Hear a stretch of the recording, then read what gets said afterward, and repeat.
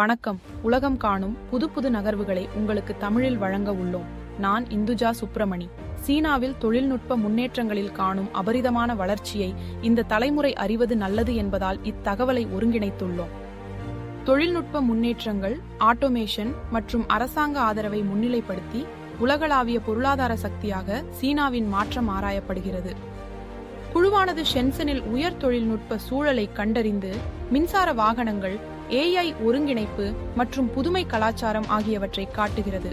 வளர்ச்சிக்கான இந்தியாவின் தனித்துவமான பாதையை மேம்படுத்தும் அதே வேளையில் சீனாவின் பயணத்திலிருந்து கற்றுக்கொள்வதன் முக்கியத்துவத்தை இந்த அனுபவம் வலியுறுத்துகிறது.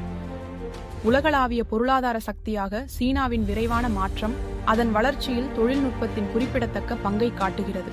இந்த பரிணாமம் பல்வேறு துறைகளில் புதுமையான முன்னேற்றங்கள் மற்றும் நகரமயமாக்கல் முயற்சிகளால் குறிக்கப்படுகிறது. சீனாவின் பொருளாதார வளர்ச்சி பற்றிய ஆய்வு வளர்ச்சிக்கான இன்றியமையாத கூறுகளாக தொழில்நுட்பம், உழைப்பு மற்றும் மூலதனத்தின் மீது வலுவான முக்கியத்துவத்தை வெளிப்படுத்துகிறது. இந்த காரணிகள் நாட்டின் வெற்றிக்கு குறிப்பிடத்தக்க பங்களிப்பை வழங்குகின்றன. மேம்பட்ட தொழில்நுட்பத்தின் அறிமுகம், செயல்திறன் மற்றும் துல்லியத்தை மேம்படுத்தும் அதிநவீன வழிசெலுத்தல் பயன்பாடுகளை டாக்ஸி டிரைவர்கள் பயன்படுத்துவது போன்ற அன்றாட அனுபவங்களில் தெளிவாக தெரிகிறது. விருந்தோம்பலில் ஆட்டோமேஷன் நடைமுறையில் உள்ளது. ரோபோக்கள் ஹோட்டல்களில் பணிகளை செய்கின்றன. இது சீனாவின் பல்வேறு தொழில்களில் அதிக தானியங்கி சேவைகளை நோக்கி நகர்வதை குறிக்கிறது. சீனாவின் தொழில்நுட்ப முன்னேற்றங்கள் AI தினசரி வாழ்வில் விரைவாக ஒருங்கிணைத்து வருகின்றன. எதிர்கால வெற்றிக்காக தனிநபர்கள் மற்றும் வணிகங்கள் இந்த வளரும் நிலப்பரப்புக்கு ஏற்றவாறு மாற்றியமைக்க வேண்டியதன் அவசியத்தை வலியுறுத்துகிறது. WeChat போன்ற பயன்பாடுகளின் பரவலான பயன்பாடு நவீன சமுதாயத்தில் தொழில்நுட்பம் வழங்கும் சேவைகளின் தடையற்ற கலவையை விளக்குகிறது. சீனாவில் மின்சார வாகனங்களை குறிப்பிடத்தக்க அளவில் ஏற்றுக்கொள்வது அரசாங்க விதிமுறைகள் மற்றும் எரிவாயு வாகனங்களுடன் தொடர்புடைய அதிக செலவுகளால் இயக்கப்படுகிறது. இது நிலைத்தன்மையை நோக்கிய வலுவான உந்துதலை பிரதிபலிக்கிறது.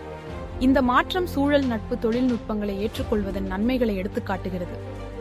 சீனாவில் போக்குவரத்து மேலாண்மை மற்றும் சுகாதாரம் உள்ளிட்ட பல்வேறு துறைகளில் AI செயல்படுத்தப்பட்டு வருகிறது. அன்றாட நடவடிக்கைகளில் செயல்திறன் மற்றும் பாதுகாப்பை மேம்படுத்துவதில் அதன் பங்கை காட்டுகிறது.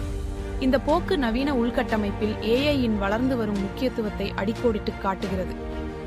IBM போன்ற நிறுவனங்களுடனான கூட்டாண்மை AI மற்றும் மென்பொருள் மேம்பாட்டில் அத்தியாவசிய திறன்களை கொண்ட நபர்களை சித்தப்படுத்துவதை நோக்கமாக கொண்டுள்ளது.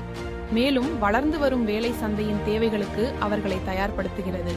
தொழில் முன்னேற்றத்திற்கு தொழில்நுட்ப கல்வி பெருகிய முறையில் முக்கியமானதாகி வருகிறது.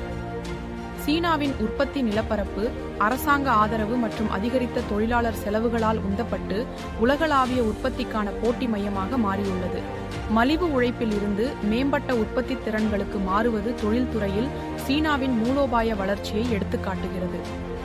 சீன தொழிற்சாலைகளில் ஆட்டோமேஷனின் எழுச்சி செயல்திறனை காட்டுகிறது. மேம்பட்ட இயந்திரங்கள் அதிக வேகத்தில் இயங்குகிறது மற்றும் குறைந்தபட்ச மனித மேற்பார்வை தேவைப்படுகிறது. இந்த மாற்றம் உற்பத்தி சூழல்களில் உழைப்பின் மாறும் இயக்கவியலை பிரதிபலிக்கிறது. சீனாவில் உழைப்பு இன்னும் மலிவானது என்ற தவறான எண்ணம் நீக்கப்பட்டது. ஏனெனில் ஊதியங்கள் கணிசமாக அதிகரித்துள்ளன. இது பல ஆசிய நாடுகளை விட விலை அதிகம். இந்த பரிணாமம் உற்பத்தி செலவுகள் பற்றிய பாரம்பரிய பார்வைகளை சவால் செய்கிறது. வெளிநாட்டு மற்றும் உள்நாட்டு முதலீடுகளை ஆதரிப்பதிலும் உயர் தொழில்நுட்ப தொழில்களை மேம்படுத்துவதற்கு நிதி மற்றும் உள்கட்டமைப்பை நிறுவுவதிலும் சீனாவின் அரசாங்கம் ஒரு முக்கிய பங்கை கொண்டுள்ளது. இந்த மூலோபாய ஆதரவு உற்பத்தியில் முன்னோடியில்லாத வளர்ச்சியை உந்தியுள்ளது. உள்கட்டமைப்பு, கல்வி மற்றும் புதுமைகளில் குறிப்பிடத்தக்க அரசாங்க முதலீடு மூலம் ஷென்சன் உற்பத்தி மையத்திலிருந்து தொழில்நுட்ப மையமாக மாற்றப்பட்டது. இன்று இது உலகளாவிய தொழில்நுட்ப நிறுவனங்களையும் துடிப்பான தொழில் முனைவோர் சுற்றுச்சூழல் அமைப்பையும் வழங்குகிறது. ஷென்சன் நகரின் விரைவான நகர்ப்புற வளர்ச்சி லட்சிய தொழில் முனைவோரை ஈர்த்தது. இது மக்கள் தொகை வெடிப்பு மற்றும் குறிப்பிடத்தக்க பொருளாதார வளர்ச்சிக்கு வழிவகுத்தது. இந்த வளர்ச்சி அதன் தற்போதைய தொழில்நுட்ப முன்னேற்றங்களுக்கு அடித்தளம் அமைத்தது. ஷென்சனில் வாழ்க்கை செலவு கணிசமாக வேறுபடுகிறது. நகர மையத்தில் வாடகை விலைகள் குறிப்பிடத்தக்க வகையில் அதிகமாக உள்ளது. பொது போக்குவரத்து மலிவு விலையில் உள்ளது. இது குடியிருப்பாளர்களுக்கு நகரத்தின் அணுகலை ஆதரிக்கிறது. சீன விருந்தோம்பலின் உள்ளூர் உணர்வுகள் பொதுவான ஒரே மாதிரியான முறைகளுக்கு சவால் விடுகின்றன. பல உள்ளூர்வாசிகள் பார்வையாளர்களிடம் அரவணைப்பை காட்டுகின்றனர். இந்திய கலாச்சாரத்தின் மீதான ஆர்வம், குறிப்பாக திரைப்படங்கள், இரு நாடுகளுக்கும் இடையிலான தொடர்பை காட்டுகிறது. சீனாவின் புதுமையான நகர்ப்புற திட்டமிடல், குறிப்பாக அதன் கடற்பாசி நகர முயற்சி, மழைநீரை திறம்பட நிர்வகிக்கிறது மற்றும் வெள்ளத்தை தடுக்கிறது. இந்த அணுகுமுறை நிலையான உள்கட்டமைப்பு மற்றும் நகர்ப்புற வடிவமைப்பின் முக்கியத்துவத்தை எடுத்துக்காட்டுகிறது. சீனாவில் ஹுகோவின் கருத்து கண்ணுக்குத் தெரியாத சமூக பிளவை உருவாக்குகிறது, சேவைகளுக்கான புலம்பெயர்ந்தோரின் அணுகலை கட்டுப்படுத்துகிறது மற்றும் நகர்ப்புற சவால்களுக்கு பங்களிக்கிறது.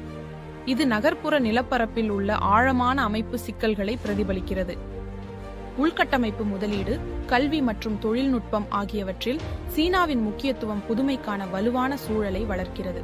இந்த கொள்கைகள் வளர்ச்சி மற்றும் மேம்பாடு தேடும் மற்ற நாடுகளுக்கு மதிப்புமிக்க படிப்பினைகளாக அமைகின்றன.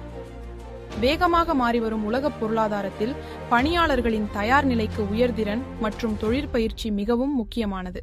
இத்தகைய முன்முயற்சிகள் பொருளாதார முன்னேற்றத்திற்காக தங்கள் மனித வளத்தை பயன்படுத்துவதற்கு நாடுகளுக்கு அதிகாரம் அளிக்கும்.